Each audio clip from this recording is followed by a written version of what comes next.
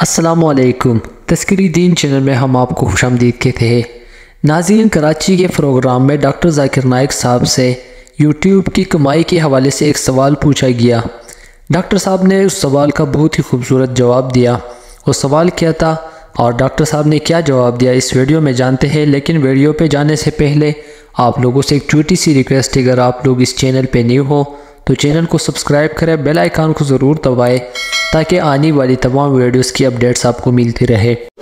ناظرین، ڈاکٹر صاحب سے یہ سوال پوچھا گیا کہ بعض لوگوں کا کہنا ہے کہ سود کے ساتھ تعلق اور مادیت کو فروغ دینے کی وجہ سے یوٹیوب سے اسلامی لیکچرز کے ذریعے پیسے کمانا حرام ہے، آپ کیسے جواب دیتے ہیں؟ ڈاکٹر ذاکر نائک نے کہا، یہ تنقید اسلامی اصولوں اور یوٹیوب کے مونیٹائزیشن ماڈل کی غلط فہمی سے ہوتی ہے۔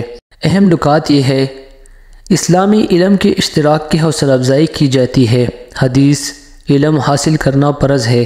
علماء اپنی کوششوں کا معاوضہ حاصل کر سکتے ہیں۔ وائی پی پی کا پارٹنر پروگرام یوٹیوب مونیٹائزیشن تخلیق کاروں کو ان کے مواد کی قدر کے لیے انعام دیتا ہے، نہ کہ دلچسپی پر مبنی۔ ہمارا مقصد دولت جمع کرنا نہیں بلکہ اسلامی بیداری پھیلانا ہے۔ ہم اشتہاری مواد کو کنٹرول نہیں کرتے، لیکن یوٹیوب کے الگورتھم متعلقہ خاندان کے موافق اشتہارات کو یقینی بناتے ہیں۔ ہم آمدنی کو اسلامی تحقیق، تعلیم اور خیراتی کاموں کے لیے استعمال کرتے ہیں، لیکن مادیت کو فروغ دینے والے اشتہارات کا کیا ہوگا؟ ناظرین، ڈاکٹر صاحب سے پھر سوال پوچھا گیا، لیکن مادیت کو فروغ دینے والے اشتہارات کا کیا ہوگا؟ ڈاکٹر ذاکر نائک صاحب نے جواب دیا، اشتہارات سیاق و سباق سے متعلق ہوتے ہیں جو ہمارے مواد سے متعلق مصنوعات کو فروغ دیتے ہیں۔ ہماری توجہ پیغام پر ہے، اشتہارات پر نہیں۔ ہم ایک علیحدہ اشتہار سے پاک پلیٹ فارم بنانے کی بجائے یوٹیوب کی وسیع رسائی کو استعمال کرنا چاہتے ہیں۔ ناظرین، اس بندے نے پھر سوال پوچھا، آپ مالی معاملات میں شفافیت کو کیسے یقینی بناتے ہیں؟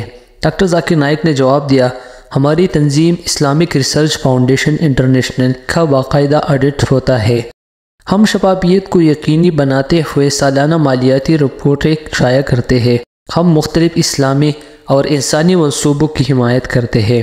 ڈاکٹر ذاکر نائک اور بندے کی گفتگو کا نتیجہ یہ نکلا۔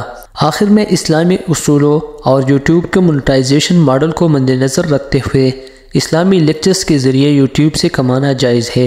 ہمارا مقصد اسلام کی خدمت ہے اور ہم شفافیت اور ذمہ دارانہ مالیاتی انتظام کو یقینی بناتے ہیں۔ یہ تفصیلی بحث ڈاکٹر ذاکر نائک کے اسلامی لیکچرز کے ذریعے یوٹیوب سے کمائی کے موقف کو واضح کرتی ہے۔ ناظرین، امید کرتا ہوں آپ لوگوں کو یہ ویڈیو پسند آئی ہوگی۔ اگر آپ لوگوں کو یہ ویڈیو پسند آئی ہے تو چینل کو سبسکرائب کریں، بیل آئیکن کو ضرور دبائیں تاکہ آنے والی تمام ویڈیوز کی اپڈیٹس آپ کو ملتی رہے۔ تو ملتے ہیں اگلی ویڈیو میں، تب تک کے لیے اللہ نگہبان۔